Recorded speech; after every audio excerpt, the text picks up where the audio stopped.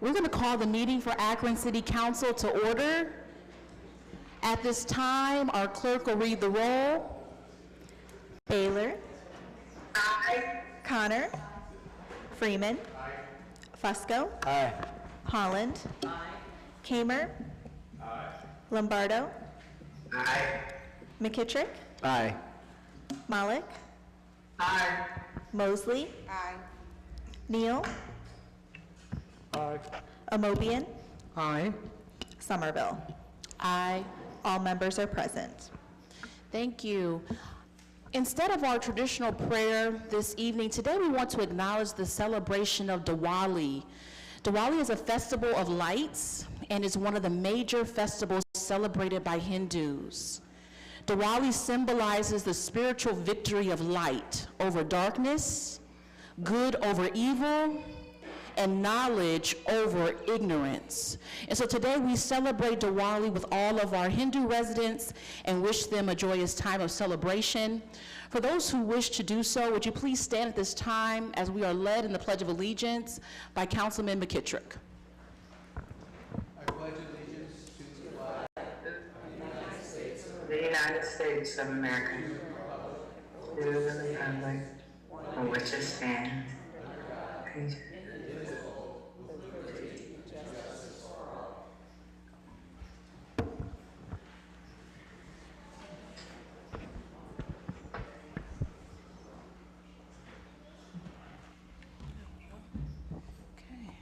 The minutes from our previously held meeting have been provided. Are there any additions or corrections? Motion to approve? Second. All in favor, roll call. Baylor. Aye. Connor. Freeman. Fusco. Aye. Holland. Aye. Kamer. Aye. Lombardo. Aye. McKittrick. Aye. Malik. Aye. Mosley. Aye. Neal. Amobian. Aye. Somerville. Aye. The minutes pass 12-0 with one abstention. Before you, you have the copy of the consent agenda. Is there a motion to approve? Motion to approve? Second. All in favor, roll call. Baylor. Aye. Connor. Freeman. Fusco. Aye. Holland. Aye. Kamer. Lombardo. Aye. McKittrick. Aye. Malik. Aye. Mosley. Aye. Neal. Aye. Amobian. Aye. Somerville. Aye. The consent agenda passes 13-0. We have no public hearings scheduled for this evening, so we're going to move right into old business, and we're going to start with rules. Councilman Freeman. Councilman Fusco. Yes, thank you, President Somerville. Refer item number 1, please. Item number 1 will be referred. We'll move into planning and economic development. Councilman Fusco. Time on 1 through and including 9. Okay, time will be granted. Thank you. The report of the committee on item number 10 is favorable, and we're asking for passage. Okay. Any further comment? Yes, please. Yes, this is the medical marijuana dispensary at 1568 East Archwood. We did have some concern and pushback from the community. Safe Landing, which is located across the street and has been there for over 25 years, had some concerns that was brought forward. We did receive some correspondence from the petitioners, as well as the Safe Landing folks. And so after careful review and Council Representative Sharon Connor's comments, we decided to go forward with this. And it's of note that we do have 15 conditions that the petitioner has agreed to meet. So with that, we're recommending approval this evening. Thank you. Thank you so much. The committee's report is favorable. All in favor, roll call. Baylor. Aye. Connor. Freeman. Fusco. Aye. Holland. Aye. Kamer. Lombardo. Aye. McKittrick. Aye. Malik. Aye. Mosley. Aye. Neal. Aye. Amobian. Aye. Somerville. Aye. This ordinance passes 13 to 0. Councilman Fusco? Yes, thank you, President Somerville. The request of the committee is for time on 11 and 12, and to file item 13, that's the petition that we had just voted on Archwood. I do want to let council know that next Monday, we are expecting and will be asking for a vote on the short-term rentals that we've been debating for some time now, and that we brought in a amendment for, a substitute, just a short time ago. So please, please, please bring forward your questions and comments, and expecting a vote next week on this item. Time on 15, 16, 17, we'll be voting on next week as well. Time on 18, the request of the committee is file 19, and for 20, consent agenda.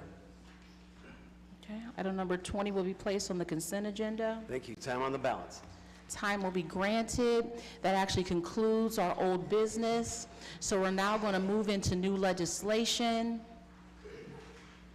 Item number 1, offered by Mayor Horrigan, Councilwoman Mosley, Councilwoman Holland, Councilman Malik, and Councilwoman Connor. Ordinance amending and/or supplementing Title IX General Provisions to enact Chapter 106, Prohibition of Conversion Therapy on Minors of the Code of Ordinances of the City of Akron to prohibit the practice of conversion therapy on minors in the City of Akron and declaring an emergency. Councilman Fusco? Yes, thank you. We had a presentation this afternoon with subject matter experts educating us on. We had subject matter experts in the committee this afternoon who talked to us about what conversion therapy is, which is defined within the ordinance. And we also talked briefly about how this is going to be enforced. It will fall onto the, our Akron Civil Rights Commission for investigation should a claim come forward. Part of this is coming from the Trevor Project, which is one of the world's largest suicide and mental health organizations for the LGBTQ youth in the world. There was a peer-reviewed journal, Pediatrics, that had mentioned that annual direct cost of conversion therapy in the U.S. is estimated at $650 million. The harms associated with the practice, such as substance abuse and negative mental health outcomes, including depression, anxiety, and suicide attempts, are significantly higher. An estimated $8.58 billion annually is spent, bringing the total estimated costs of conversion therapy to $9.23 billion annually. Also, it's been reported that the American Journal of Public Health found LGBTQ youth who underwent conversion therapy were more than twice as likely to report having attempted suicide and more than 2.5 times as likely to report multiple suicide attempts in the past year compared to those who did not. There's been 20 states that has addressed this. There's been over 100 municipalities, and I'm asking my colleagues to vote for this so we join them. This is somewhat archaic from what we heard this afternoon, and we cannot count on the state of Ohio to do anything about this. And so with that, we're asking for approval this evening. Okay, thank you so much. Councilwoman Omobian, did I see your hand? Yes, Madam President. I'd just like to move that we pass this with mayor and council as a whole, please. Okay, so we do have a motion on the floor for mayor and council as a whole. Is there a second? Second. Second. All in favor? Roll call. Baylor. Aye. Connor. Freeman. Fusco. Aye. Holland. Aye. Kamer. Lombardo. Aye. McKittrick. Aye. Malik. Aye. Mosley. Aye. Neal. Aye. Amobian. Aye. Somerville. Aye. This ordinance passes 13 to 0. Item number 1A, offered by Vice President Fusco, resolution expressing opposition to Issue 10, a proposed charter amendment that is flawed and will lead to litigation and a waste of taxpayer dollars, reaffirming the City of Akron's support for a future amendment to Akron's charter to include an independent citizen oversight board, and a related administrative office related to the Akron's Police Department and declaring an emergency. Councilman Fusco? Refer. This item will be referred. Item number 2, offered by Fusco, ordinance authorizing a conditional use to construct an automated car wash facility on George Washington Boulevard, south of East Waterloo Road, and declaring an emergency. Councilman Fusco? Advertise for public hearing. This item will be referred. Item number 3, offered by Fusco, ordinance authorizing a conditional use to construct a Starbucks on East Waterloo Road, east of George Washington Boulevard, and declaring an emergency. Councilman Fusco? Advertise for public hearing. This item will also be referred. Item number 4, offered by Fusco, ordinance authorizing a conditional use to construct a collision repair center at 1535 Vernon Odom Boulevard and declaring an emergency. Councilman Fusco? Advertise for public hearing. This item will be referred. Item number 5, offered by Fusco, ordinance authorizing a conditional use to construct an oversized garage at 845 Chinook Avenue and declaring an emergency. Councilman Fusco? Advertise for public hearing. This item will be referred. Item number 6, offered by Fusco, ordinance authorizing a conditional use to place an oversized internally illuminated EMC sign at 1350 Virginia Avenue and declaring an emergency. Councilman Fusco? Advertise for public hearing. This item will be referred. Item number 7, offered by Fusco, ordinance authorizing a conditional use to establish an emergency youth shelter at 845 Krause Street and declaring an emergency. Councilman Fusco? Advertise for public hearing. This item will also be referred. Item number 8, offered by Fusco, ordinance authorizing a conditional use to establish a Type A daycare at 899 Baird Street and declaring an emergency. Councilman Fusco? Advertise for public hearing. This item will be referred. Item number 10, offered by Fusco, ordinance approving the sale of city-owned land located south of Copley Road between Frederick Boulevard and Nome Avenue to Goshen House Interdenominational Church, determining said property is not needed for public use and declaring an emergency. Councilman Fusco? Refer. Mr. Chair, the committee placed this on the consent agenda during committee. Okay, I thought you said number 10. So number Did I? 9 is consent agenda. I thought you said 10. I'm That's why. sorry, number 9. 9 is consent agenda. Thank you. Okay, thank you so much. So number 9 will be placed on the consent agenda. Item number 10, offered by Fusco, ordinance approving the sale of city-owned land located east of Rhodes Avenue, west of Bell Street, and south of South Maple Street to K. Hanvanian Ohio Operations LLC, determining said property is not needed for public use and declaring an emergency. Councilman Fusco? Refer. This item will also be referred. Item number 11, offered by Fusco, resolution adopting the 2023 Capital Investment and Community Development Program, legally referred to as the Capital Investment Budget, and declaring an emergency. Councilman Fusco? Refer. This item will also be referred. That does conclude our new legislation for this evening. We're now going to go to the portion of our meeting that we refer to as our public comment period. All those wishing to participate, just ask that you will please stand at this time so that you may be sworn in by a member of our law department. Please raise your right hands. Do you swear or affirm that the statement you're about to give is true, complete, and accurate? If so, please respond by saying, I do. Thank you. I do. Thank you.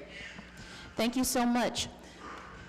So for those who are participating, just a reminder, you will have 3 minutes to speak to this body. So just going to ask that when you hear your name, you may approach the podium. And we're going to start with Mr. Ray Green.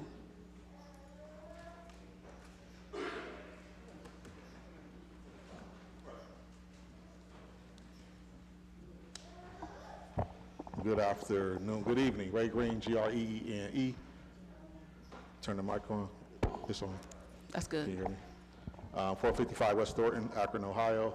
I want to address 2 things today, real quick. The first thing is, I didn't hear it today, but normally I hear, particularly from the president, a manner in which we are supposed to address council. I am shocked and dismayed and utterly upset and disgusted by the way a member of City Council addressed the public today. That was just totally disrespectful and against what you require from us.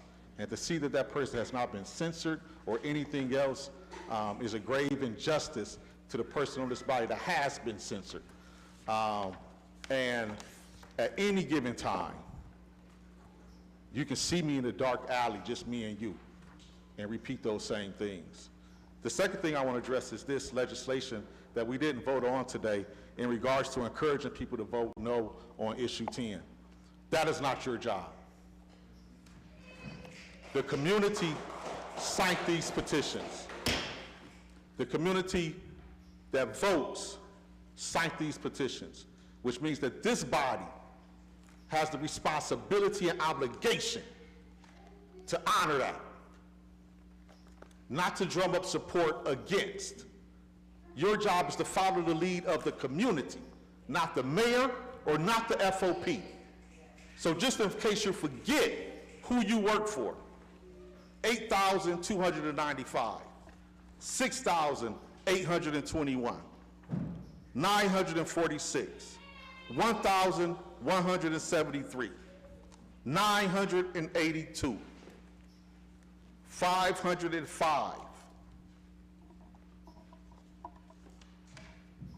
501, 722. Those are the numbers that you won by in the last primary election. We collected 7,000 signatures. There's somebody who wants to put an emphasis on the 3,571 was valid. But that's enough to change this horseshoe next year. Thank you. Natasha, and I'm going to ask, we have to maintain order. It's important out of respect for the speaker so we can hear. Ms. Green, thank you. I'm in the chair now, so we're going to maintain order, okay? Thank you. Thank you. Thank you. Yeah, we're going to maintain order. We're going to do things in decency and in order.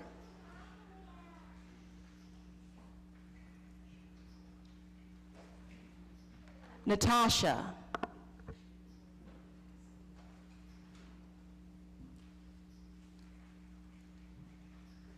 Hello.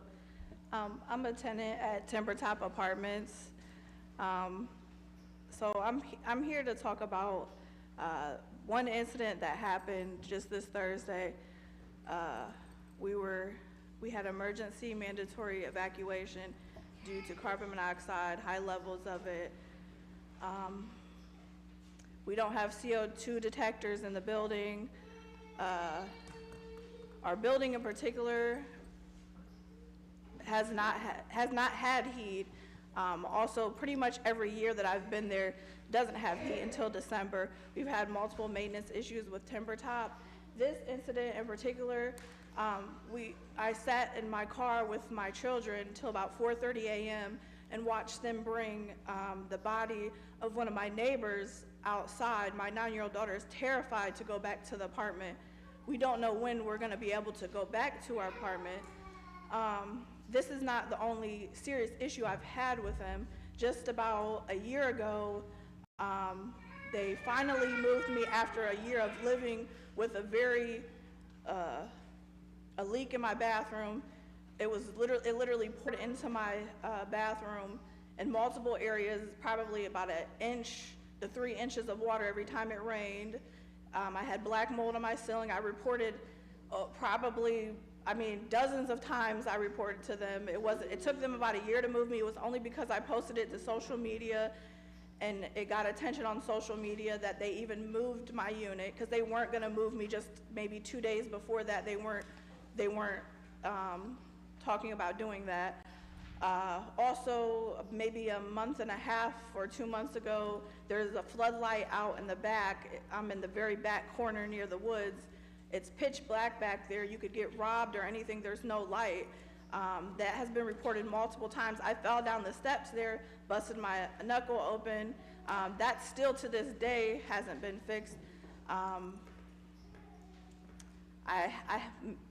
at that particular unit that I've been at for a little bit over a year now, I haven't had a working dryer, but I do pay for a dryer every single month.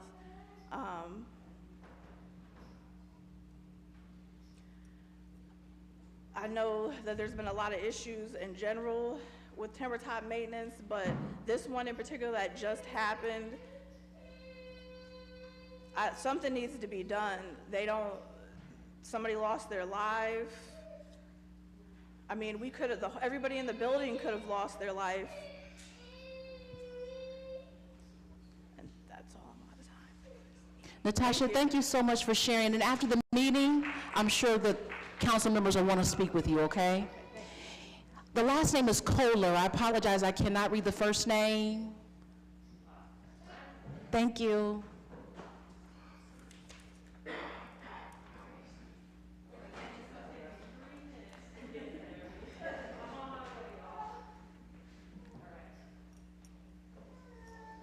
Good evening, everyone. I'll keep it short tonight. My name is Ren Kohler. I am here on behalf of the people of Timbertop. I live there myself, and I will say the maintenance system, it was deplorable. I was left with running water within my own apartment.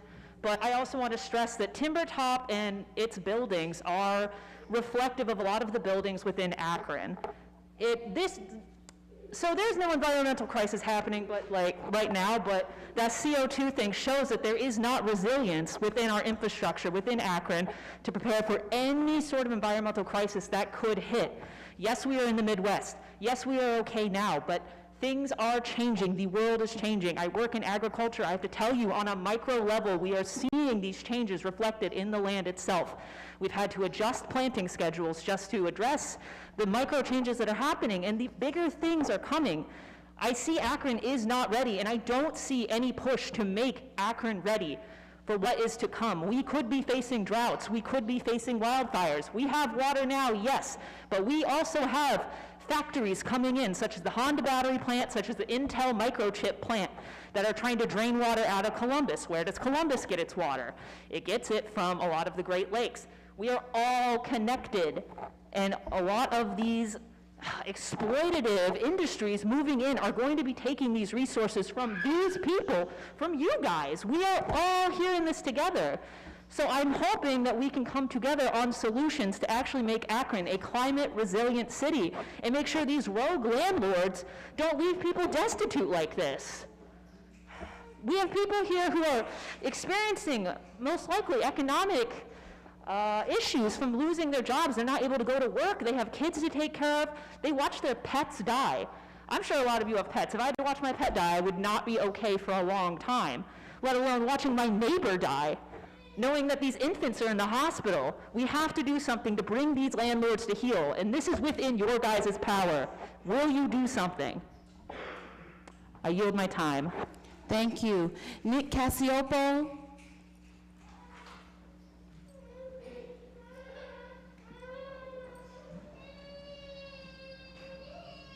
Hey y'all, just want to give a shout out to Ray Green. Thanks for bringing the fire. Opened us off real good.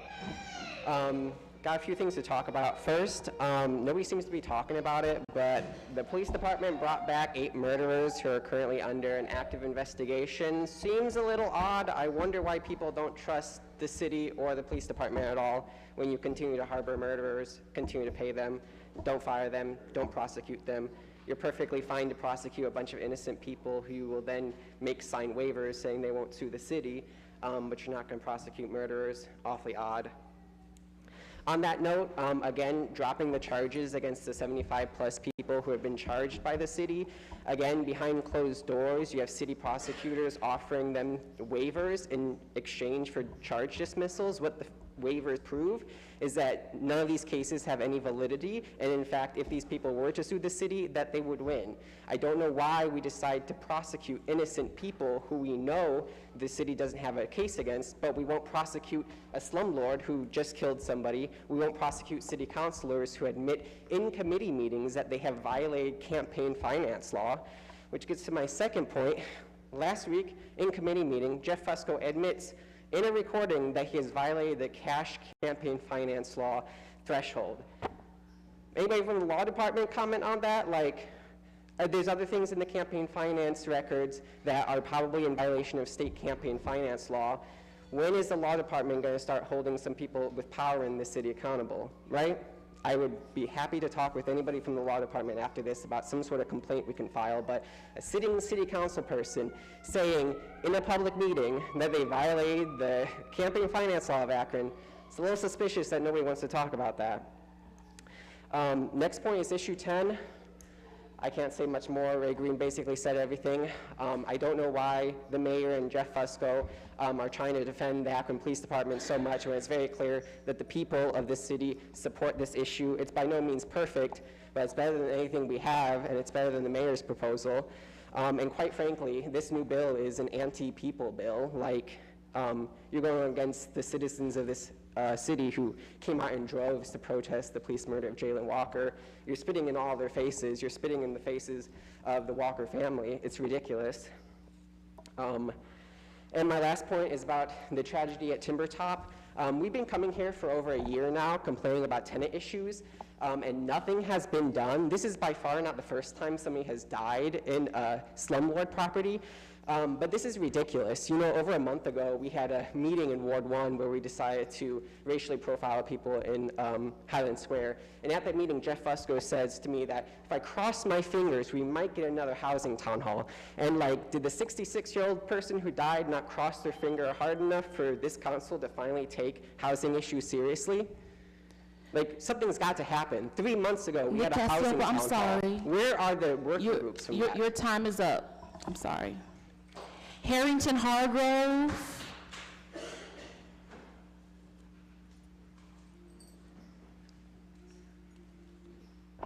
Good evening, Council.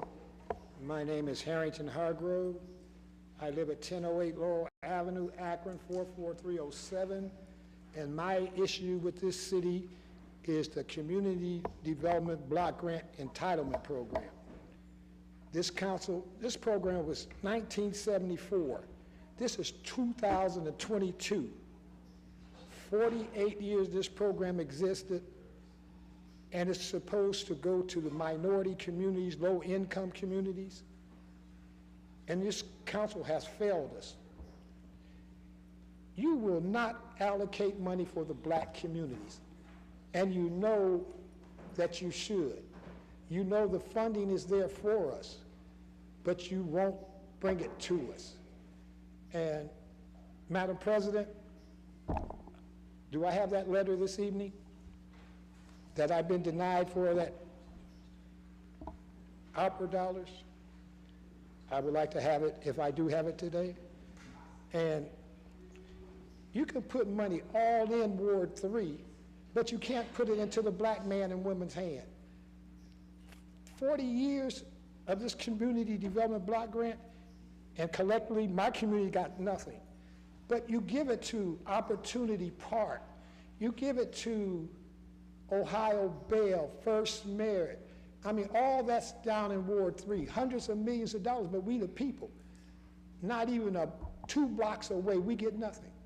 It's blighted in Ward 3, blighted. Go down Rose Avenue, go down Thornton Street, go up to East Avenue. It's blighted. No new business in Ward 3, no minority business. That's what I must stress. No minority business in Ward 3 in 40 years. Why is that? It's not because we haven't asked. We've asked and we ask and we ask, and you turn your back on us. Why don't y'all have a resolution to do something for us? People come out of town and you do things for them. You make sure they get a place under economics, but we the people, the black community at large, that's who I'm speaking on, behalf of the black community in this city. You already know we've been discriminated against. You already know we've been denied, but you won't correct the wrong. In this council, you have to do better. No, matter of fact, you have to do something. Better is an understatement because you've done nothing for us. Nothing. 40 years of community development block grant, $5 million a year, wow. And we're supposed to get the bulk of it, 70% it says. I asked you to get the papers and look at it. 70%, 70%, 70%. Thank you, Mr. Hargrove. Rebecca Callahan.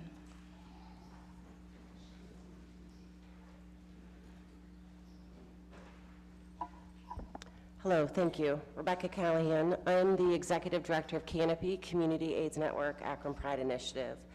And this evening, I would like to say, at Canopy, we advocate for the notion that people all thrive when each and every person can live as their true, authentic self, which is why we support inclusive, fair public policy.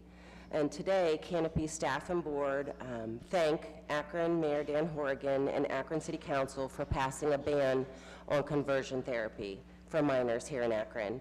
And we'd especially like to acknowledge Mayor Horrigan, Council members Tara Mosley, Shamus Malik, Nancy Holland, and Sharon Connor for presenting this legislation.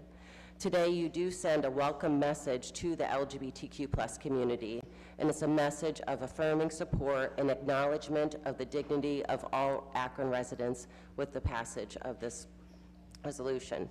So we now join 10 other municipalities across Ohio have passed similar bans in conversion therapy, and we applaud the elected officials who have stood up to support these measures, encourage those cities who have not to take a look at the statistics and get involved. So thank you this evening.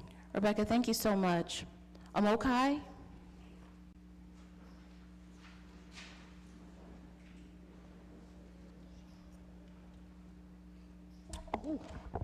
How's it going, folks? My name's Imokai Okolo. I'm a resident here of Akron, Ohio. How we doing?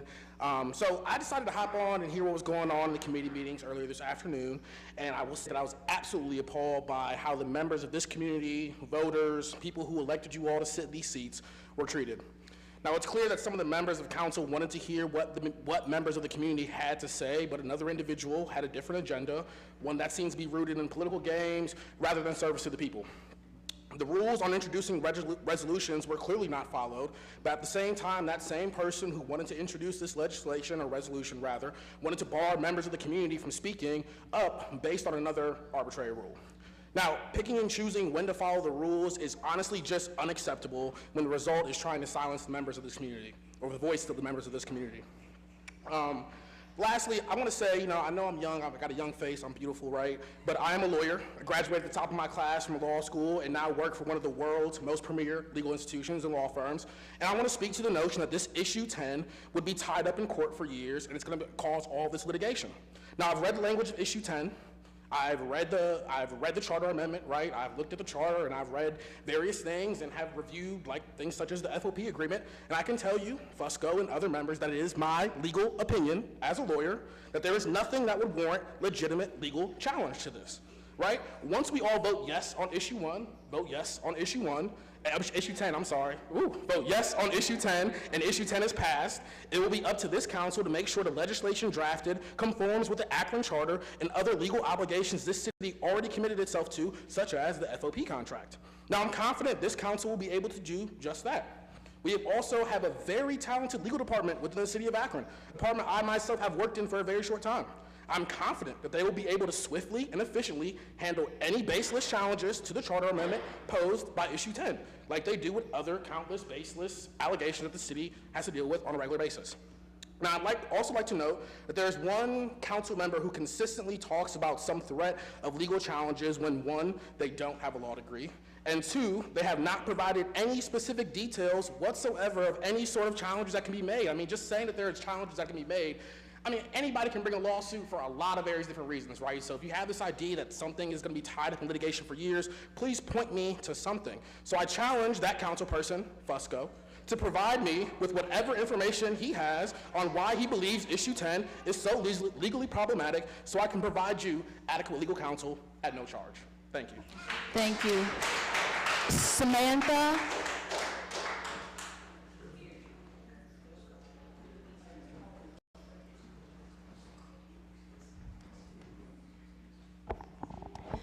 Good evening, Council President. My address this night is going to Mr. Fusco. I'm standing here with regret of Akron saying it's a diverse city, yet it's not a diverse city. We can't talk about diversity when you can't approve what is going on and what is challenging our community. We are welcoming refugees, we are welcoming immigrants, and they are there bragging that this city is at peace. Yet members of our city, members of our council are doing nothing to show that this city deserves peace. If people have been here before me, people have been living in America for all their life, they're complaining about issue 10. What about us who are new? What about us who are still seeing everything new and trying to integrate into the community? We need your presence. We need you to show us a reason why you are opposing issue 10. Because what happened into the city, the Jalen Walker presence and killing of him showed scary movement to our refugee and immigrant community. The refugee and immigrants are moving outside Akron. I work with refugees. I'm an advocate, and refugees are leaving, going to Cleveland, going to Columbus, going to Dayton, leaving the state because of issues taking place in our city. And something needs to be done, and that thing needs to be done now. If we still want more refugees in this community, we need to show them that there's room for them. The next topic I'm talking about is about discrimination. Discrimination should end. We are tired of you giving us cards. Cards are not going to solve any problem. Show us what you have to do. Cards doesn't solve a problem. Come out, talk to these people. Why oppose issue 10? Aren't you seeing the families that are suffering? You've never faced war. You don't know what war look like. The example of Jalen Walker was just a smear thing. I faced war my whole life.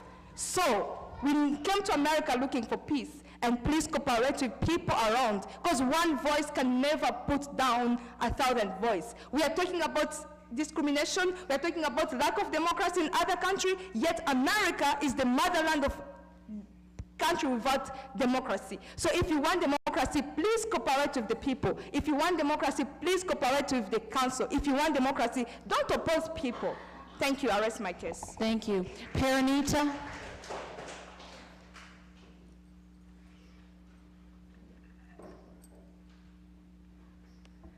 Good evening, Council. Happy Diwali to all those who celebrate.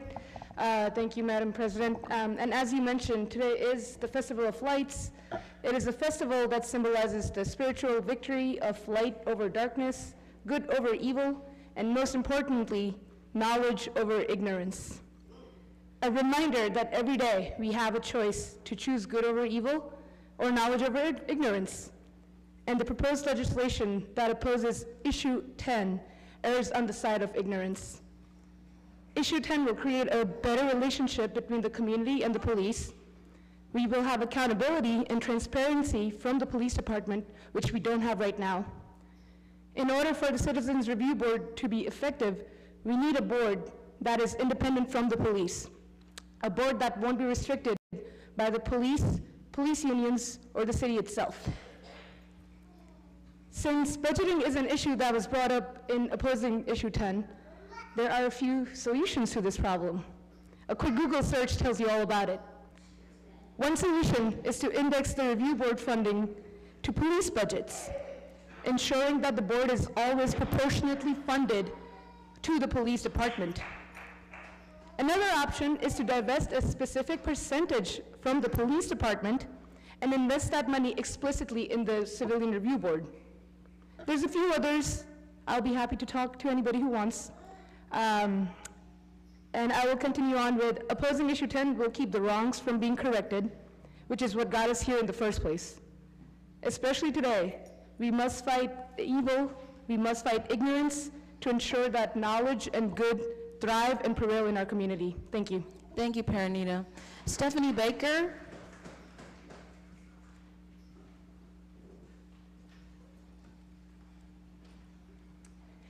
Hello, my name is Stephanie Baker. I'd like to start with that I appreciate the prohibition of conversion therapy on minors. It is important that these businesses continue to be eroded because they do nothing but harm. I hope that in the future this will be extended to people of all ages. I would also like to speak about the resolution expressing opposition to issue 10, the charter amendment on November's ballot to create an independent citizens review board. It has been 119 days since the murder of Jalen Walker at the hands of the Akron Police Department. Thousands of citizens came together and say that we want actual accountability. We want a review board that reflects the makeup of the community, not appointed by the mayor and council. There has been growing distrust between the city government and the community. The community is no longer happy with the status quo, and we are being ignored.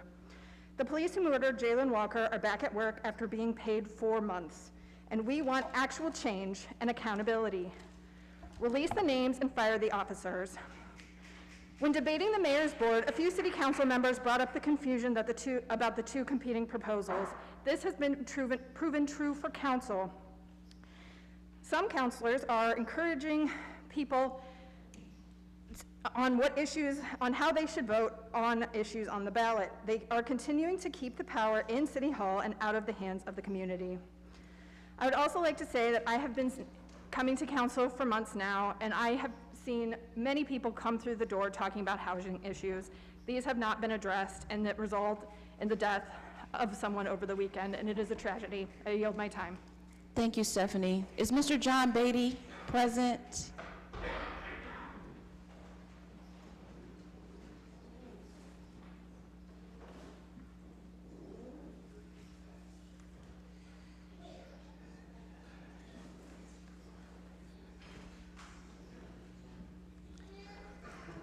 Madam President and members of the council, I didn't know what I was going to speak about today, so this is kind of off the cuff. I've written a few notes down. By the way, I'm in Ward 8, 2047 Wyndham Road. Some of my best friends, I've considered them friends and neighbors, are police. I am not against police persons.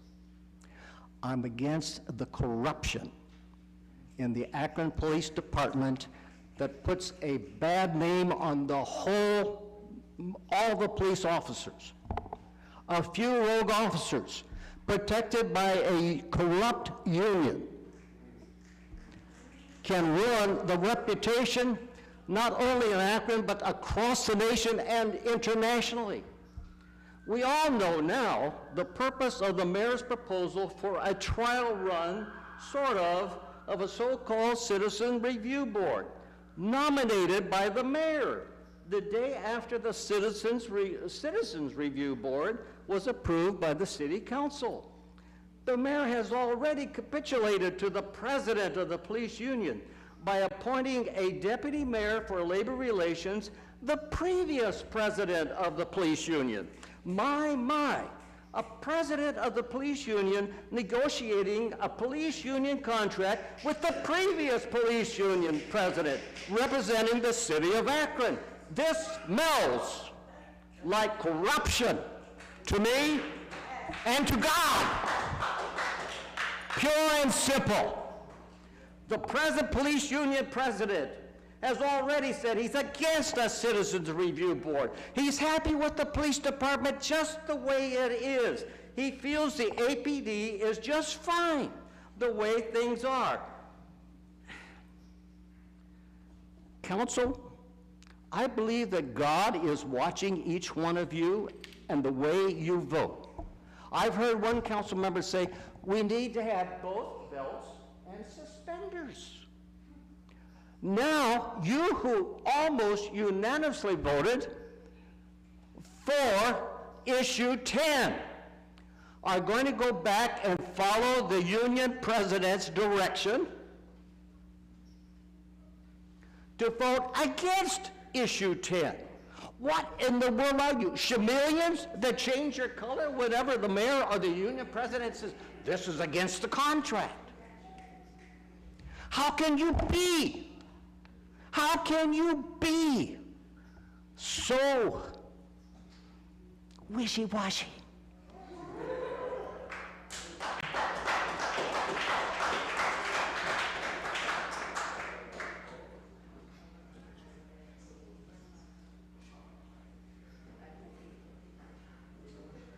Judy Hill.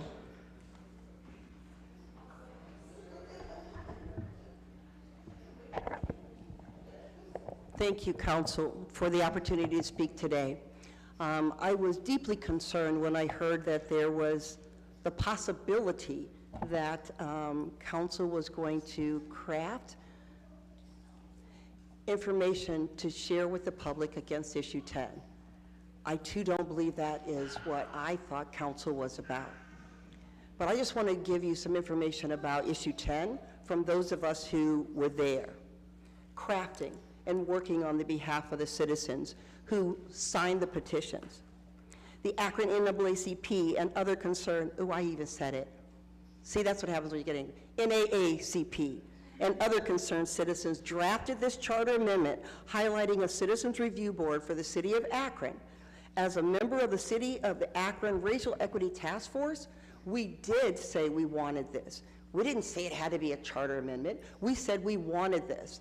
Again, the community has said, not just the 7,000 residents, but the hand-picked individuals by this city to serve on the Racial Equity Task Force. We asked for this. We drafted our amendment with input from the City of Akron Racial Equity and Social Justice Task Force report, citizens review legislation proposed by City Council member Shamus Malik, input from Black elected officials, from clergy, from citizens, from regular voters. Why? And legal representation. We went to a well-respected election attorney with experience, working in other cities doing these same things, working on charter amendments. My point is, it is not something that we just did fly by night. I guarantee you, we put our heart and our soul in this, and we listened to the community members as we drafted. The charter amendment will be interpreted and applied in a manner that is consistent with the terms of any relevant collective bargaining agreement. If you have not read the proposal completely, I have a copy for anyone. It clearly says that in there. And matter of fact, and someone has already said this, in the lead section of our proposal, it says, which is the most important part to us, like we wanted to make sure that people understood that our goal is to improve police-community relations. Improve it, not to create havoc in our city. We're already at a place where we need to make some changes, and we're trying to meet halfway. Meet us at the door. I was at an event, a meeting with Leadership Akron and individuals, and they heard about the mayor's proposal and the ordinance. And one very, very astute leader said, it sounds like the community is doing this, reaching out, saying, hey, let us help, what can we do? How can we meet you halfway? And we feel like the city is going like this. So there's always gonna be a disconnect.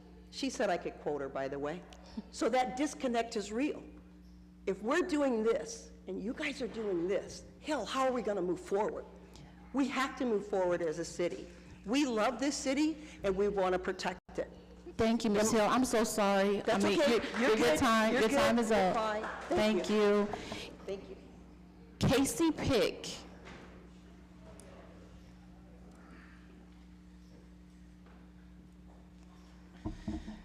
Good evening. I had the pleasure of addressing some of you this afternoon. My name is Casey Pick, and I am the Senior Fellow for Advocacy and Government Affairs for the Trevor Project. I would like to thank you all for the newly passed ordinance protecting minors from conversion therapy at the hands of licensed professionals in Akron. I'd like to take this opportunity to speak to the impact of what you've done today. These practices take many forms, from professional counseling that from the outside looks like normal therapy, to retreats and camps, to twisted versions of 12-step support groups, to physical aversion treatments. Whatever form it takes, it is all based on the unscientific premise that sexual orientation and gender identity can and should be changed, and it is all harmful.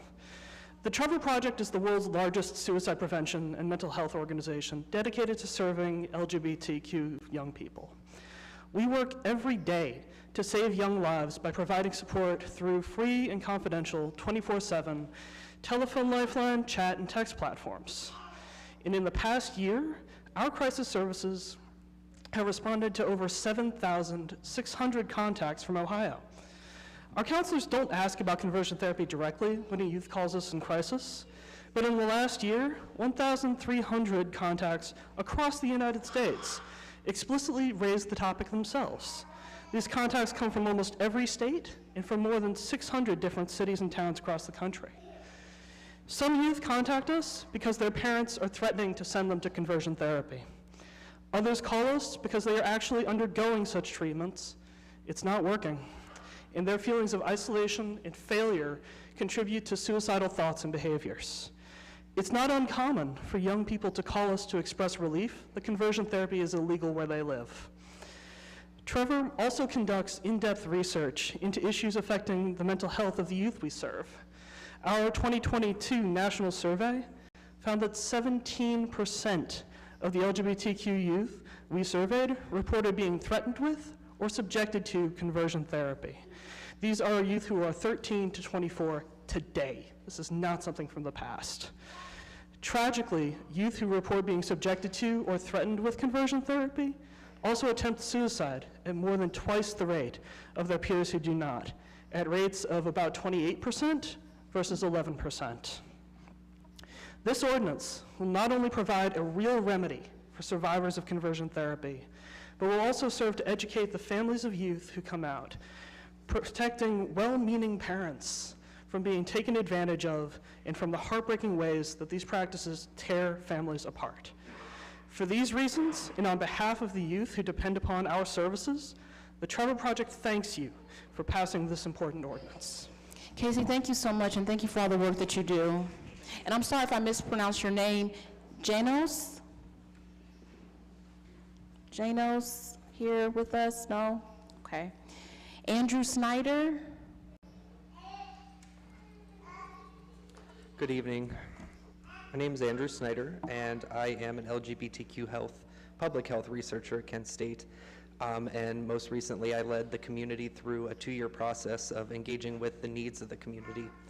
And so I'd like to, first off, thank you all for passing the ordinance tonight, protecting minors and youth from conversion therapy, but also to advocate that that's not the end goal. There are, as a representative from the Trevor Project mentioned, many who are dealing with mental health issues and plenty of other religious and spiritual traumas from this practice.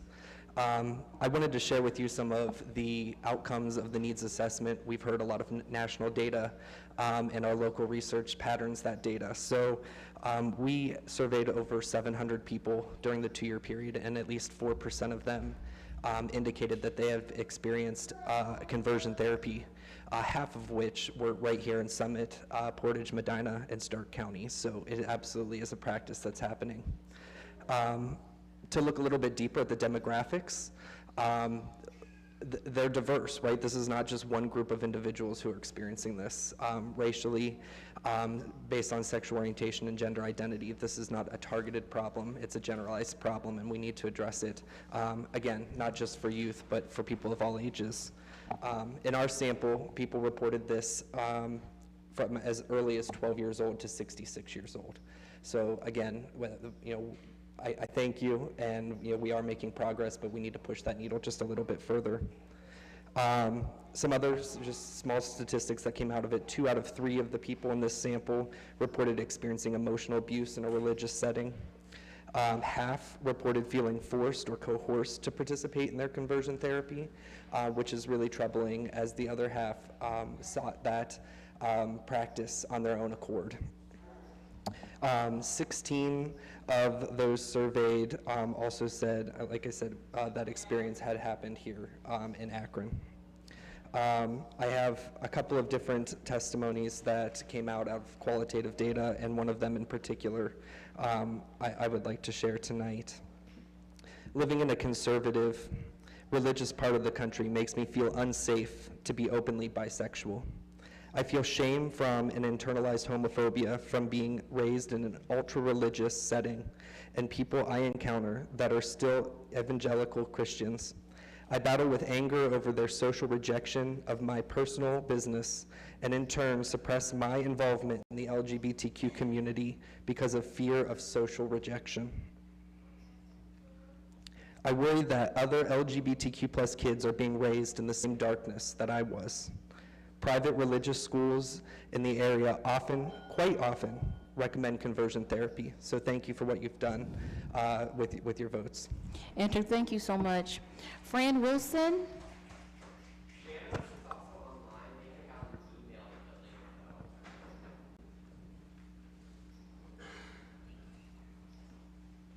Fran Wilson? Hello, my name is Fran Wilson. I'm a community organizer. I go to these meetings a lot. I wanted to share some feedback today. Sitting through the discussion about issue 10 today honestly shook me quite a bit. I'm pretty, I'm sorry. That conversation was all sorts of disrespectful and unprofessional to the citizens of Akron and to local organizers. And I know we're always looking for points of action and things to do. I would say one point would be to drop the legislation, if we could. Who here tonight has been affected by the timber top situation? Okay, that's quite a number of people. So, like I said, I come here a lot, and one thing that I've noticed is that when people come and bring their problems and very vulnerable stories and situations, often after meetings they are swarmed by city councilors, dropping them business cards and their emails, and then a lot of folks don't get follow-up. I hope we don't do that tonight. And here are some 2 action points that we could all do. We could set up a public on-the-record meeting with plenty of time to get there. We could come to them and ask them what is happening in their space. The other one is setting up these special housing working group committees that many of us on the organizer side have been waiting for follow-through with. Please set those meetings for working groups and put them on your calendars. And then I think for everybody in this room, we've gone through a lot over the last year, 2 years, 3 years particularly. I'd like us all to mark something else on the calendar, and that's May 2023. That's the primary election date. These issues are important. These people make our decisions. Just want to flag that one for everyone. Take care. Thank you, Fran. Reverend Schultz, are you here with us? Reverend Schultz?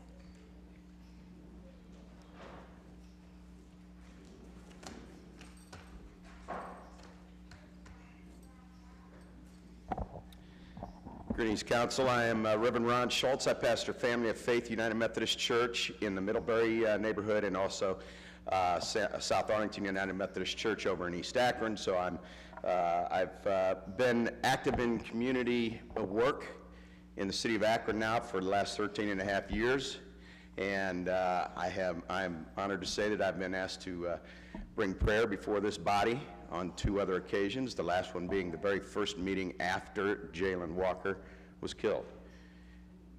And I'm also here to say that in my time working in the community that I have really developed what I consider outstanding working relationships with at least four members of this body. Tonight, I know that some of them are on one side of the issue of issue 10 and some are on the other side of it, and that hurts me. But that's symbolic of what's going on in our city, right? Because there is division. There's been division for a long time. And I have looked over and I've prayed over all of this stuff, and the one thing I know that the people on this board, we might disagree with what each other says and what, you know, and what other actions and everything, but I also know that the people that I work with on a regular basis on this board, I highly respect their love for this city and know that they are trying to do the best. What they see is the best for this city, all right? Now, we disagree, and that's how it is. That's how life is. But I stand here today not as a community-engaged person, but I stand here as a minister of the gospel of Jesus Christ. And Jesus Christ taught me that the greatest commandment is to love God and to love my neighbor as myself. And all I want to say is this. First off, I commend you and I applaud you for your actions against conversion therapy tonight. All right? But regarding issue 10, I want the body to see those, because I've heard this afternoon that there might be a motion against, suggest to vote against issue 10. We have distrust. We have distrust, and I hope that that's what the body sees. And I think this goes back to a community, this community that I listen to, that I am in and I'm with. They are underserved and underheard traditionally, and they feel distrust. And so I think this goes back to even when George Floyd was murdered. And the mayor put together a blue ribbon panel, which really ended up being a dog and pony show, in that nothing came out of that in terms of anything effective to bring healing to the city. So I ask that you do not just try and sweep distrust underneath the carpet. The only way distrust leaves is if we take it out into the trash and throw it away. And so I urge you and engage you all to work together in favor of issue 10. Thank you, Reverend Schultz. Linda Breimer. Is Linda Breimer here in the audience with us?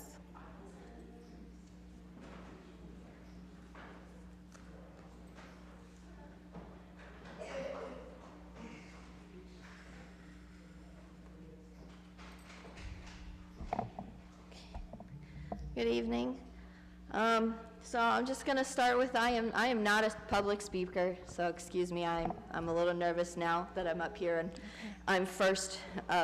I'm from the Timber Top incident, and there's going to be a couple of us, and that's how we are. We are the Timber Top incident.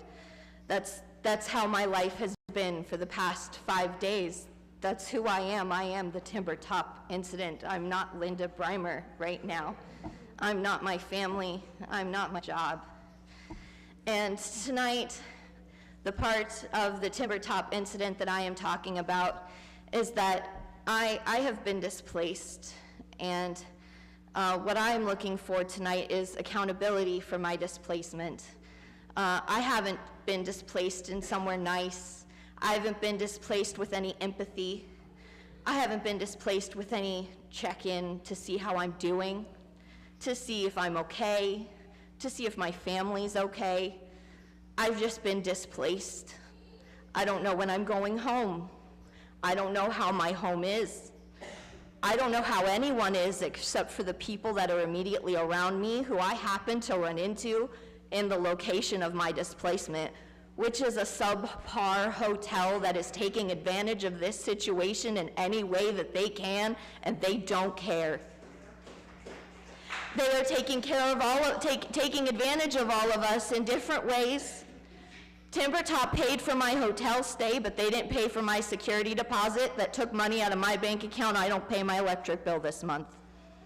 Some people aren't eating. Some people can't pay their rent. Some people paid less than me. I paid more. Some people paid more than me in security deposit, and Timber Top does not care. Some of us had to bring our pets with us for those pets who didn't die in this incident. And the hotel is charging me for that, and Timber Top does not care. I had to ask for 3 days to get my hotel room cleaned, because when I moved into that hotel room, that Timber Top didn't check at the reviews. A year of reviews telling me that this hotel was a terrible hotel, saying that this hotel was dirty, that this hotel had terrible staff. There was food under my bed. There was an electrical socket with no faceplate and exposed wires that my 2-year-old son found. I didn't find it, he did. They didn't move my room. It took a day for them to get maintenance in there to put a faceplate on it. A day of me watching my 2-year-old keep trying to move a couch. That's all I could do. That's how I protected my son. And other people are in the same situation. Some people don't have microwaves. Some people don't have refrigerators. And we're in there until maybe tomorrow, maybe later. Timber Top gave some of us a little bit of money, but when we can't cook our food and when we can't store our food, what are we supposed to do with that money? Linda, I'm so sorry, but your time is up. Please stay after the meeting so that we can see how we can help, okay? Thank you for sharing and bringing to our attention. Sarah Abel.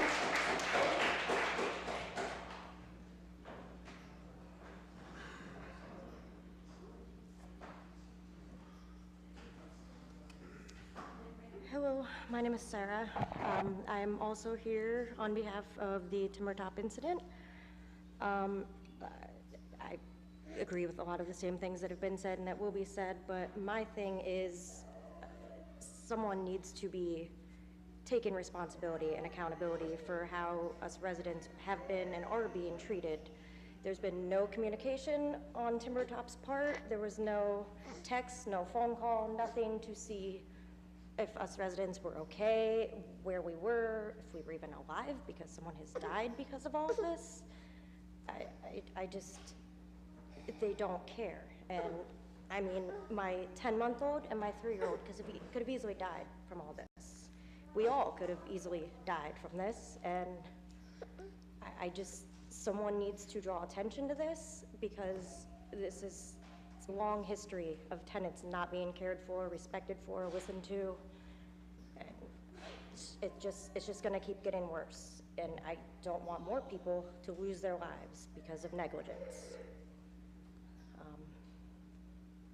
think that's pretty much all I have to say, so.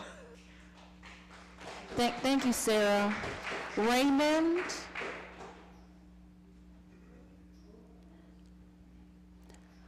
Is Raymond here in the audience?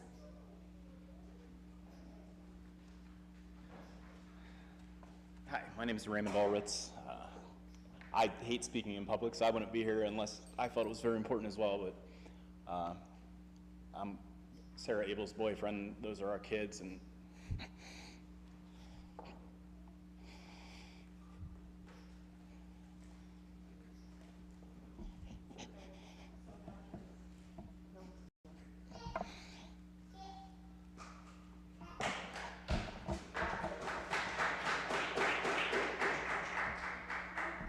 I don't get emotional, but these are my kids.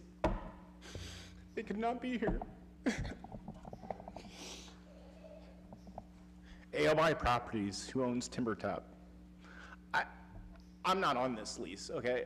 My girlfriend lives in her apartment, and I have my own place, but we live together in separate places, and we were there that night, and like, I literally called off sick from work that day because I had all the symptoms of carbon monoxide poisoning, lethargic, felt like I was gonna faint, felt like I was gonna pass out. I literally emailed my work and said, I don't know what's wrong with me. I've never felt this way, but I have to take the rest of the day off. Now I know what it was. Thank God my kids are okay. But just knowing that everything Sarah has been through with this property, and we've spoken to other tenants now, you know, we've met some people today that we didn't know before in our building, but you know, she's put in countless work orders, some that go ignored for weeks, some that go ignored for a year or longer. I mean, she's been requesting a screen door for a year and a half just so we can get proper ventilation in our apartment and have a breeze to come through, and we've yet to get a new screen door replaced. I mean, it's just simple little things like that. Anytime it looks like this property has to spend money, things are ignored. I mean, and I've heard them referred to, I don't know anything about AOI Properties, but all I've heard is slumlords, and that's been everywhere. So I just want somebody to be held accountable and this to be dealt with. So I appreciate you all listening to us, and I hope you all take everything that everybody's saying to heart. So thank you. Thank you, Raymond, for sharing. Nakia?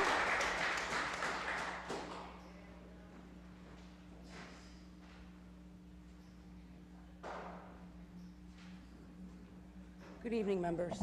I am also a resident at Timber Top, and fortunately, I was one of the people that was not affected. I was not home, neither was my fiance, so we were one of the lucky ones, in a sense. But I'm here to give some historical data. I've been there for almost 5 years. Every year, there's been an issue with the heat. where it is sub-zero temperatures, we don't have heat in our apartment, and we pay for heat to be provided. And AIY did not turn on the heat. They would give us excuses. The boiler's broken. Okay, we'll fix it. Oh, well, the temperature has to be a certain temperature for a certain amount of days before we can turn it on. They're giving us excuses. And the thing is this could have been prevented. There have been multiple complaints about the heating system over the years, and they've done nothing. And when finally we complained, and I said literally that Wednesday before the incident, I said, I'm going to call the city if you guys do not turn on the heat. The next day they turn on the heat and we have a CO2 leak. But now we're told in order to get back into our units, the fire department, the city, and the state has to supervise the repair. They did the repair without anyone supervising it. How can we go back to our apartments feeling safe? We know there's not going to be a CO2 detector. There's damage to the doors from the fire department breaking in the doors. Is that going to be repaired before we enter the apartment? We don't want to trust their word at all.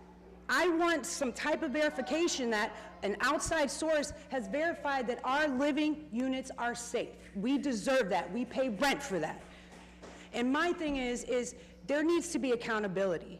And what I am asking is for you, anyone, is something as simple as having mandatory, safety inspections every 3 to 5 years for companies as large as AIY Properties. It's something simple that we can do to prevent someone losing their life because of landlord greed. All right, that's all I have to say. Nakia, thank you. Vincent Morgan.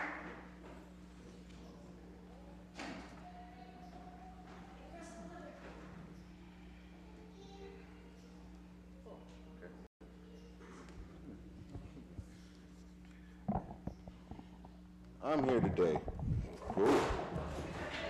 I'm here today.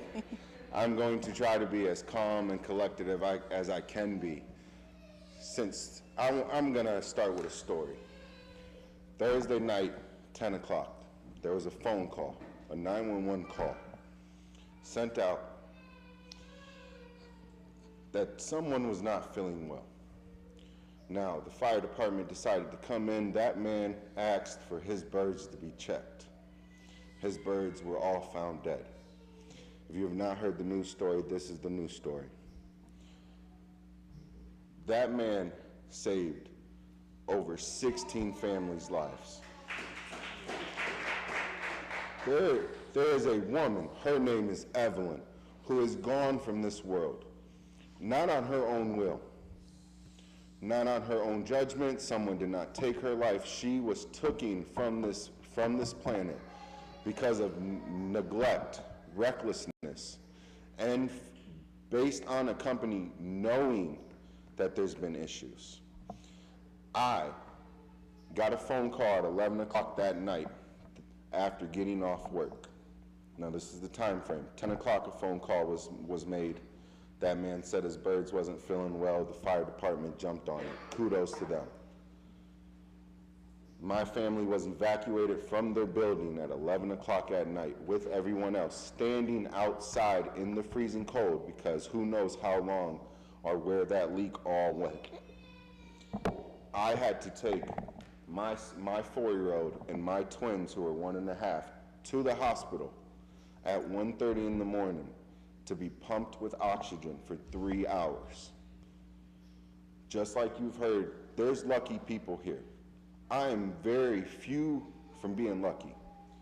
I could have lost all 3 of my children and the mother of my child. That's just my suffering.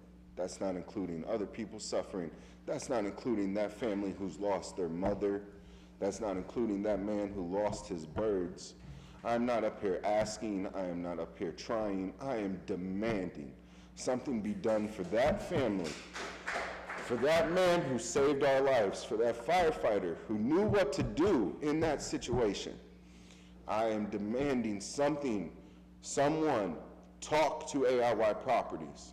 Let them know that this is not going unnoticed. This is something that we all need to take very seriously. I just want you to put yourself in my shoes. At 11 o'clock at night, after working 10 plus hours, you are called that your family's being evacuated. You show up with fire trucks, police officers, ambulance around your building. I want every single one of you to understand this could have been you. This could have been your house, this could have been your apartment place, this could have been any single person in the world. Picture yourself suffering like we are suffering. Picture yourself in the situation like we are in. My youngest son has tremors and shakes. Still, he is crying in his sleep, and it has been almost a week. I am demanding something is done to that company immediately. Vincent, thank you. Thank you so much for sharing and bringing it to our attention. And if we can, just for 1 second, I think we have some people that might be in the hallway. D. McCall.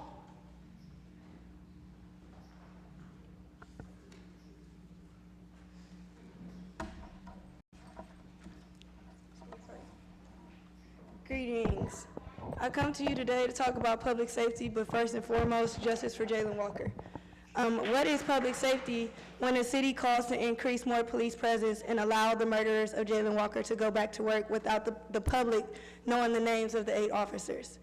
Those unnamed 8 officers must be identified and prosecuted and charged with murder for the murders that they truly are. We must stop using our militia for traffic stops, install dash cameras in every police vehicle, and eliminate the 3-day rule of officers-involved incidents and end protocol of police chases. Earlier today at the committee meeting, I was misled about speaking against the opposition of issue 10. As elected leaders, it must be open and welcome for the public to speak. However, I was interrupted while it was my time to speak. If I'm granted to speak, I should be able to speak free of interruptions.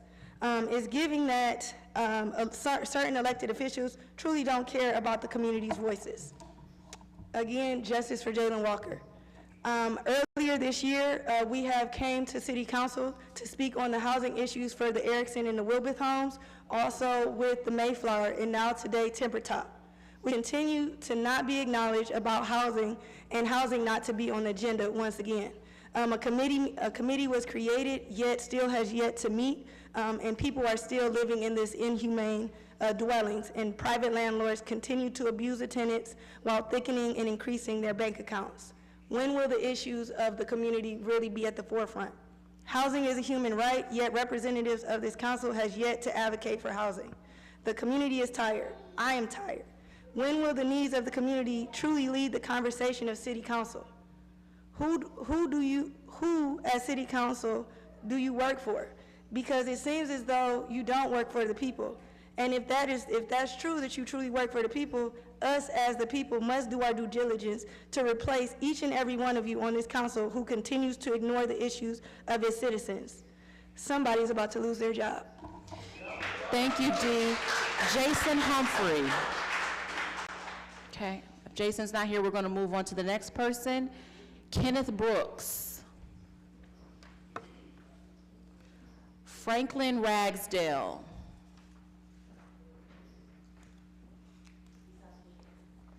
Franklin Ragsdale. Sarah Hastings. William, thank you.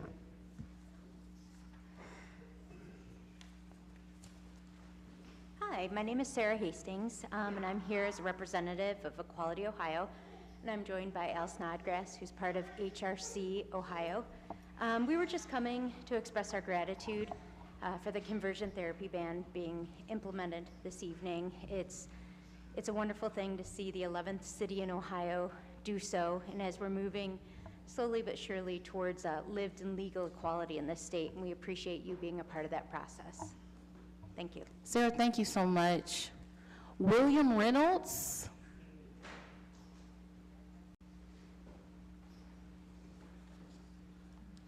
Hello, Council. I have lived in the 3rd Ward of Akron for the last 4 years.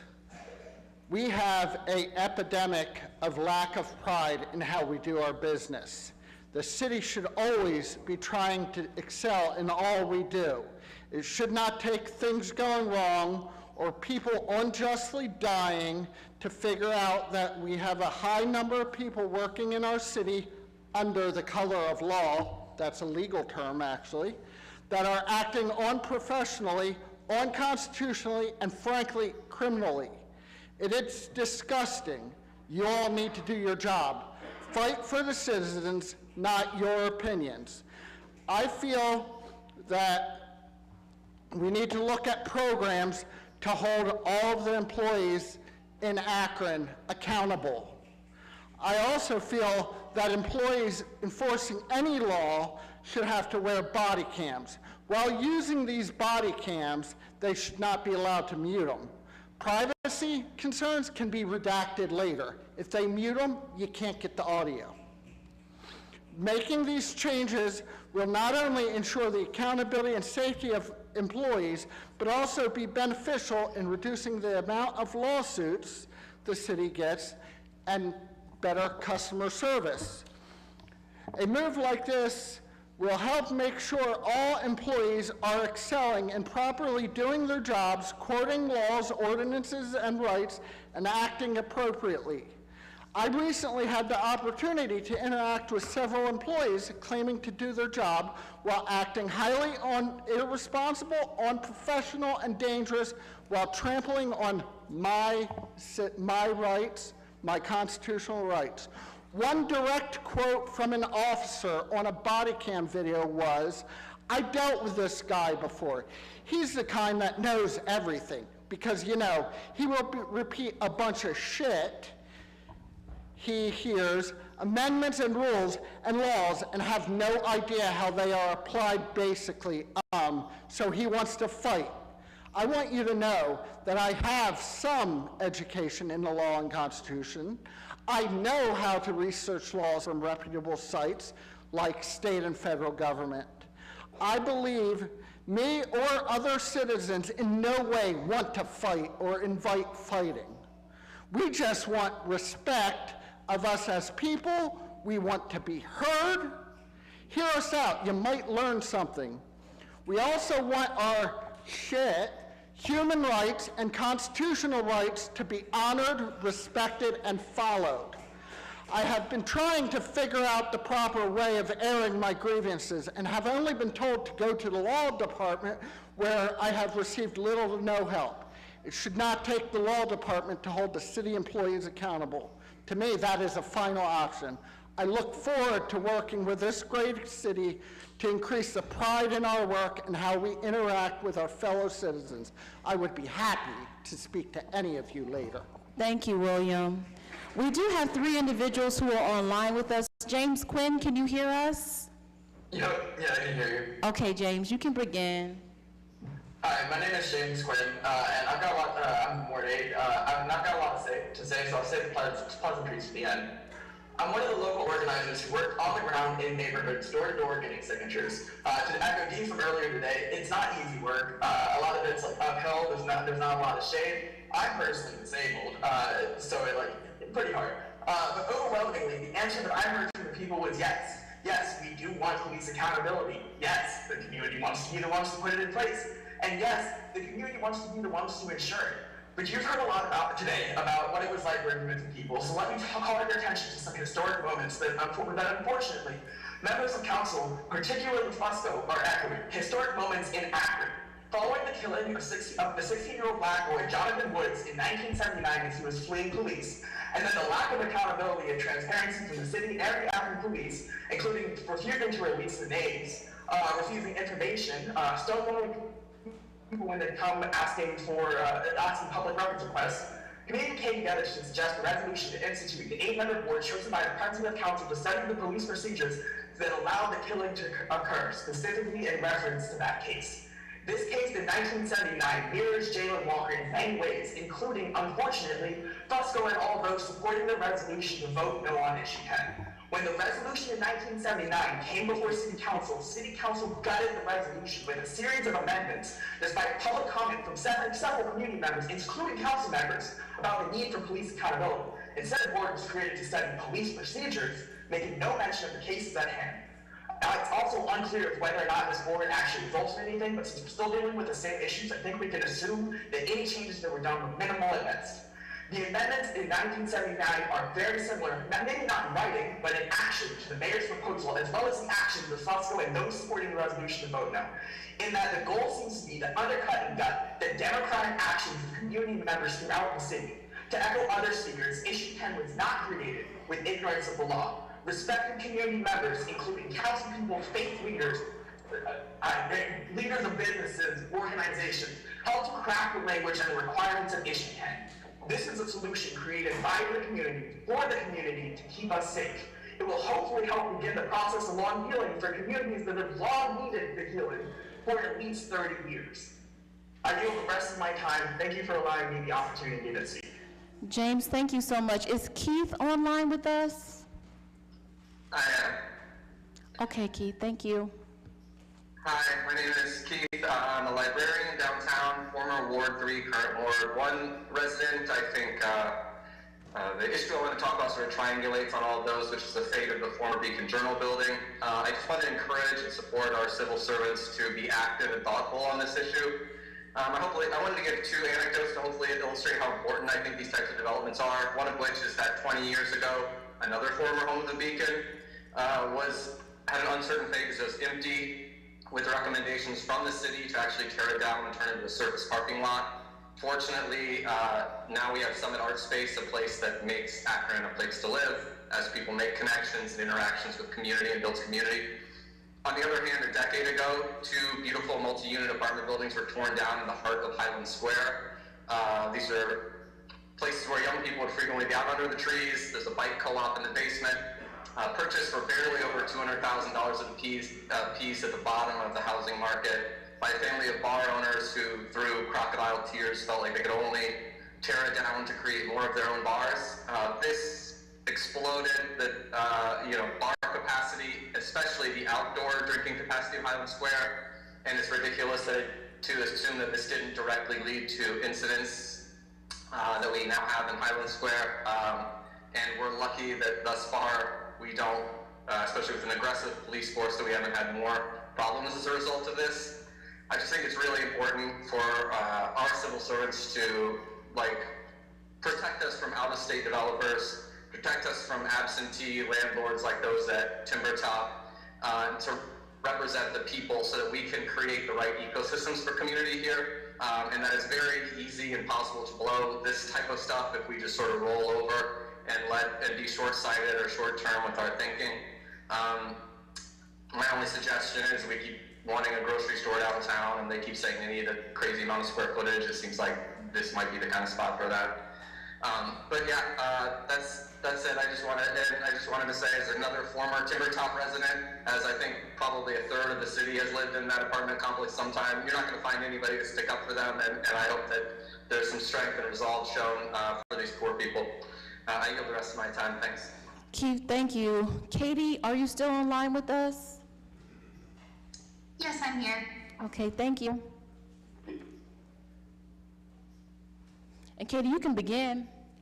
Oh, sorry. My name is Katie Mailer. I am a senior at the University of Akron, and so far I've loved the community here. I am saddened by the situation that happened at Timber Top, but I would like to say, you guys are in my hearts. Sadly, I did not hear about that before this meeting, otherwise I would have spoken on it myself. But one of the things I don't like about the community, it really saddens me every time I get off the city exit, I'm coming home, getting off the interstate, there's always somebody begging for help.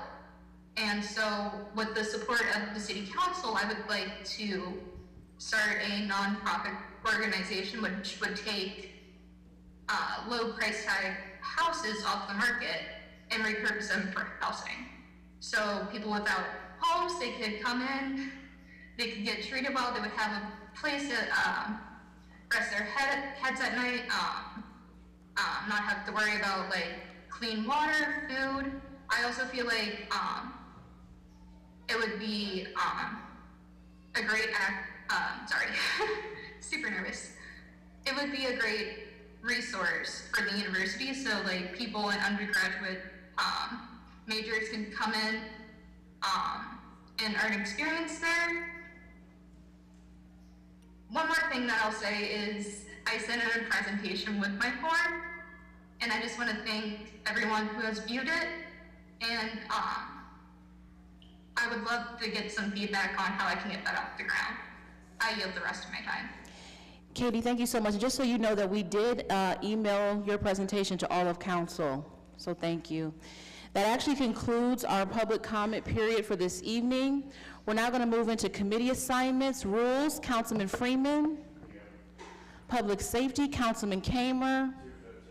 Budget and finance, Councilman Freeman. Parks and Rec, Councilman Lombardo. 145. Planning and Economic Development, Councilman Fusco. 1. Housing and Neighborhood Assistance, Councilman Fusco. 3:30. Public Service, Councilwoman Mosley. 2 p.m. Health and Social Services, Councilwoman Amobian. 2:30. Public Utilities and Green Committee, Councilman Freeman. And is there anything else coming before this body at this time? Councilwoman Mosley. Thank you, Madam President. This will be a question for probably our housing department. Under section 150.33, the ordinance is 378-2015. It states duty of owner to disclose notice of violations to a tenant. So I want to know from our housing department if they can check and see how many complaints we've received about timber top, because clearly this is an issue. My heart hurts for you all, and this is no way to live, and it seems like there's been complaints, and we need to see how many have been logged with the city prior to this incident. About this afternoon, I'm not going to rehash this afternoon because I'm just still trying to understand what happened. So when I think about the past here in the city of Akron, I've lived here my entire life, born and raised here. I have a deep family history in this city. If I go all the way back to March 17th of 2007, when this issue first came up about a citizen's review, I think about Demetrius Vincent, right here. This is Ray Ray. This is my grandson's uncle, my son-in-law's little brother. He was only 19 years old. It was the first time I ever met Pastor Butcher. It was the first time I ever met Reverend John Beatty, and they stood up here and demanded that we do exactly what we're trying to do right now. And it wasn't to say all police are bad, it was about transparency. Then we go forward to 2020, when we were supposed to put something together because of what happened with George Floyd. Had the marches, we gave great speeches, put together committees, nothing happened. Now here we are, June 27th, 2022. Jalen Walker. I keep this at my desk to remind me of why I am here. The residents want to say, they deserve a say. We have people who went out and pounded the pavement and got signatures. I don't care whether they were valid or not. People want a say. And it's not up to us to take that away from them. We did our part when we voted to put it on the ballot. Now it is up to us to let the residents of this city vote whether they want it or not. Whether we want it or not, I'm for it all day long. I think it's important for us to have transparency. And this is not about saying all cops are bad. We got to stop all that. No one is saying that. We're just saying that there needs to be transparency within our department and with this city. I do hope that we do pull this resolution. I don't believe the votes are there. I think we need to let the residents and the voters decide what they want. It's the right thing to do. Thank you. Thank you, Councilwoman. Councilman Malik and then Councilman Neal, okay? Thank you, Madam President. I really appreciate the comments that my colleague, Councilwoman Mosley, just made. And I really want to thank everyone who came out here tonight to speak with us. You know, this is, every Monday we hear different stories that are heartbreaking. I can't see everything that clearly from Zoom, but I did see the little kid in red, and listening and thinking that, but for a couple of lucky actions, that kid might not be here right now. And, it's so difficult. It's all 13 of us sitting around in these chairs are people with emotions who are struggling to process these things even as we try to work on them. Everyone I know in the audience desperately wants something as well. And I think the common factor among all of this is dignity and respect. Everyone who is living in the Mayflower deserves dignity and respect. Everyone who is living in Timbertop deserves dignity and respect. We all, as council members, have to treat each other with dignity and respect, and we have to treat everyone who comes before us with dignity and respect. This afternoon, we had a really terrible meeting, and some of the people who came before us were not treated with dignity and respect. Oftentimes, and I say this as a body, I don't say this about any one individual person, oftentimes we not always treat each other with respect. And it has to change. I'm not going to pretend like there are solutions that can happen overnight. It's clear that there are not. But I hope that there are steps that we can take in the days and weeks ahead. One thing that I would love to see is that we could have a special meeting about the Mayflower, a special meeting about Timbertop, and really dig into some of the really horrific concerns that we have heard and work on holding these large unit operators accountable. There are other things, but I don't want to take too much time. Thank you, everyone, especially everyone who came out tonight. I know that all of us here appreciate it. Thank you, Councilman Malik. Councilman Neal? Thank you, Madam Chair. First, I'd like to thank everyone that came out to share today. I've asked this before, if we could have a citizens issue scorecard, because citizens come out all the time and we hear these things, but we aren't able to see our progress on tracking to see how we're doing to resolve these issues. Also like to ask, this is slated to be one of the real Northeast Ohio winners. We know for the last, I don't know how many years, we've always had problems with snow removal. If we could have a meeting beforehand to see what our plan is. I've talked to some residents who, again, have lost faith in us as a council and administration. They're forming their own task force to deal with the issue. I think it's only prudent that we speak with them and come up with something that's going to work. This afternoon, I heard members on council, some members who I thought I'd never hear from, say that we've got problems in this council. We've got issues that have to be addressed. I'm hoping that this council has the maturity for self-reflection, and yes, I did say maturity. Because if you follow the 12-step program, one of the greatest gifts that's come out of Akron, the first thing you have to do is admit that you have a problem. And council, we have a problem now. I said we have a problem. I'm a part of this body. We have a problem down here that needs to be addressed. And, I've got a lot of things I want to talk about, but I cannot let this evening pass without saying this young man's name, and I may mess it up, but I think it's pronounced Jamarian Coffey, the 16-year-old that was shot and killed. We've been talking about gun violence in the city since I don't know when. And this council has not had one special meeting to come out with results. Now, I'm not talking about anybody, but I'm talking facts.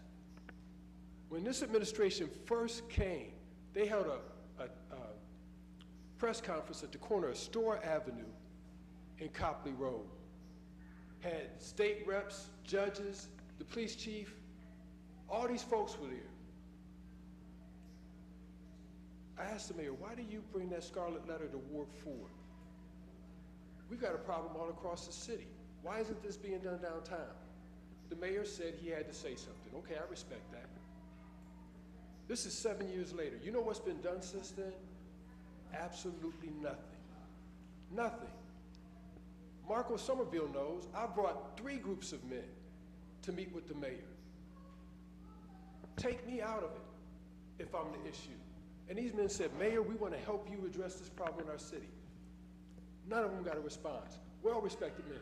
Minister Stephen Muhammad, Ed Smith, King Locust, Dr. Williams, just to name a few. If I'm the problem, take me out of the picture. But these are respected men. Nothing has been done. When the mayor and Chief Ball asked for a solution from the community, Patricia Wicks, Dr. Williams, Nicole Hughes, the principal of Buchtel High School, we were on a Zoom call with Charles Brown and Marco Somerville. That information was supposed to get back to the mayor because we have a plan in our community. It's one that this council passed legislation on back when we put in for the burn grant. That was what, maybe 2013? It's a proven plan, but no response. Ms. Williams, I've asked the mayor for a meeting with him. He said that you were going to reach out to me. I don't know what you guys, let me tell you something. This is my community.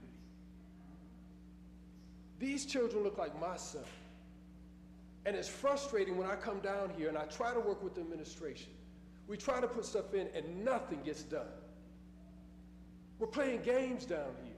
And if you think I'm just making this up, I mentioned names of people who were in these meetings. Now we've got these ARPA dollars. And we have not sat down once as a council to see how we could address these issues. Not once. And as I say that, since we're talking about housing, you know why those ARPA dollars came to our community? Because of poverty and housing instability. We've got problems down here, folks. And the only way we can address them is by acknowledging it and really starting to work together. All of us are going to be running again. And we're going to talk about how we work together, collaborate on behalf of the people. Folks are watching. It's time for us to do the real work. Thank you, Councilman Neal. Councilman Kamer. Thank you, Madam President. I wasn't going to speak, but my colleague here kind of recognized me with some of my comments I made earlier today. Yeah, I am unhappy with the direction that we are going down here. I mentioned it today during the committee that I don't think we need a resolution to oppose issue 10. We did our part, and I believe some of my colleagues spoke earlier about that. We put it on the ballot to leave it up to the voters. So I mentioned today that I'm voting against issue 10, the resolution. And I think it's time that we move forward, talking about more city issues, like what my colleague said about snow plowing. I mean, that's something we really need to talk. Housing. So I'm asking the sponsor of that resolution to pull it so we can start focusing on some other city issues. And while I'm at it, I know last week I mentioned that I oppose the campaign finance increase, and I'll be voting against that too. But so I'm asking the sponsor to pull that too, so we can move forward. So I wasn't going to speak, but my colleague mentioned, obviously, it was because of what I said today, but I think we need to start concentrating on some other issues. Thanks. Thank you, Councilman Kamer. Are there any additional comments? Councilman Fusco? Thank you. Kind of wish the comments this afternoon were focused on the actual resolution itself. It was more focused on procedure. It was focused on timing. I mentioned early on in the conversation that I was asking for time to give council and the community an opportunity to review it. I knew it came in late. I apologize for that, but I did say, let's take time. I'm not trying to push it through. It seems like, as stated earlier today, the majority of council supported placing the resolution, or excuse me, the issue 10 on the ballot. It seems like there's some confusion that we were endorsing issue 10. We were not endorsing issue 10. We are compelled by the charter whenever a petition is forward, checked by the Board of Elections, certified by the Board of Elections in our law department, to place that item on the ballot. We are compelled to do that. There shouldn't be any confusion that we're all in favor of issue 10. I appreciate the comments today that it's not personal, and I appreciate your acknowledgement that it wasn't personal. You know, our democracy is founded on free speech. The petitioner spoke whenever they signed their petition. And if one opposed this issue, issue 10, I believe we have a right to voice that too. We have a right to say we oppose issue 10. I'm not discounting the hard work that was done. I'm not discounting any of that whatsoever. There was a lot of hard work and certainly appreciate it. But I am against issue 10, and I'll say it publicly. We passed an ordinance, and that ordinance If we can, I'm so sorry, just so we can maintain order, it's very hard to hear up here. Thank you. You can continue. Yes, thank you. I just believe our democracy permits both sides to be heard. Both sides can be heard and a discussion can happen. And just trying to get a discussion here with regards to issue 10.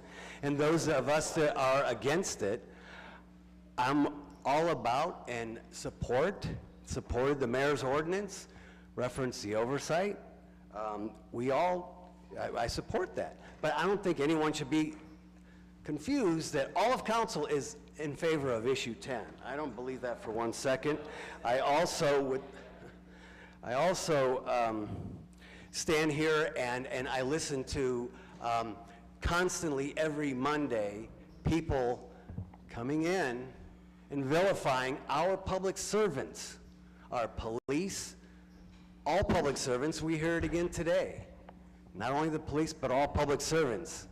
And I will stand for public service, for nurses, for teachers, for police officers, yes, and for firefighters, and for all of those that work for the city of Akron, work in the state of Ohio, and work for the federal government. I will stand for those folks. I always have and I always will. And I will always stand and support. I'm sorry. And I've asked, and again, and I like what Brother Ray said, that, you know, respect on both ends. So if you can, please, if we have to maintain order so that we can hear. And we're live streaming, and so we want the residents, those who are viewing, to also be able to hear. Councilman Fusco, I'm sorry, please continue. Yes, thank you, thank you. And yes, we did hear those voices this afternoon. Part of that during committee was procedural. We have to make sure that we're following the rules. And it was just minutes before the meeting occurred that we found out that folks wanted to speak. I didn't know exactly which issue it was that they wanted to speak on. I'm not the chair of the committee, but we did permit those to speak. So just to make sure the record's clear on that as well. There's one final thing here that I think is important for this council to understand, and I hope we all paid attention to Mr. Ray Green, who threatened me personally and challenged me to meet him in an alley. That happened to me today. Who's next? That was a threat. So I think that we need to take note in the future. Because again, we should have mature discussion about issues. We should be able to debate the issues. And it's being reduced to less than that. Thank you, Councilman Fusco. Councilwoman Amobian. Thank you, Madam President. And please, audience, please keep your comments quiet. There were a number of things that were just said, and I just want to make sure that we're very clear. We have had 2 issues regarding oversight board. We didn't come, those of us who are petitioners on the issue 10 amendment, did not come down here with legislation opposing the mayor's piece. I voted against it, and there were other members who voted against it, and that was fine. We voted to put issue 10 on the ballot as we're obligated to do after the voters came down with a petition sufficient to get it on the ballot. Now, we keep talking about the 7,000 and how many of those were valid. It doesn't matter, because we could have gathered 20,000 signatures. The Board of Elections will only accept a certain number, okay? Here's the problem, though. We keep talking about following our rules, and I think Councilwoman Mosley read the rule where we have agreed that when you bring legislation in, there's a deadline. This piece of legislation about opposing issue 10 came in a few minutes before the 1 o'clock meeting or 12 o'clock or something like that. I did not even know it was on the agenda. So people could not request to speak against it because they had no knowledge that it was there. I did not know it was there. And it shouldn't have been there. The problem that we have with that opposition is that you read it in today, we had a discussion about it. Even though you asked for it to be referred, those citizens out there have heard that you are opposing it. Early voting started October the 12th. So we have citizens voting on the issues on the ballot. So they've heard your position, and that is okay. You can speak your position, but you should not have brought it to council opposing it. We represent the people who voted us in office. Please, don't do that. We represent the people who voted us in office. They have spoken. They told us that they wanted this issue on the ballot, and what we need to do now is let them vote on it. They're going to vote it up or down. Whichever way it goes, then if we need to do an alternative piece, that issue could have been brought in later. We do not have to pass the mayor's piece now, because that only took a simple majority, which could have been done after the election. So I think it was deliberately done to confuse the voters. But that's neither here nor there. The issue that we have before us is issue 10 to vote on November the 8th. And we should not be opposing what the citizens are asking us to do. And that's simply what we were talking about today. And if we're going to talk about following the rules to request to address the council, we should follow our own rules, folks. Thank you very much. Thank you, Councilwoman. Is there anything else coming before council at this moment? Anyone else's hand? No. I do hear a motion on the floor. If there are no objections, meeting adjourned. This concludes the live broadcast of Akron City Council. Margot Somerville, President of Council, presiding.